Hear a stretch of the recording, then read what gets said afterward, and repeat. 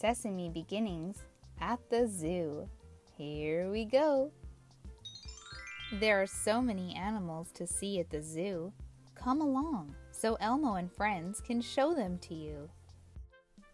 Elmo likes the elephant, whose trunk swings left and right. With floppy ears and big feet, she is quite a sight.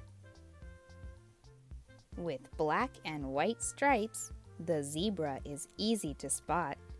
He likes to eat grass and gallop and trot.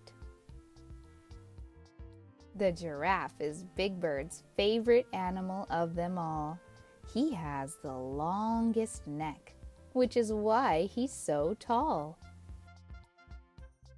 Now that we've shown the animals to you, what is your favorite animal at the zoo? The end. I hope you enjoyed reading a book with me. See you next time. Bye!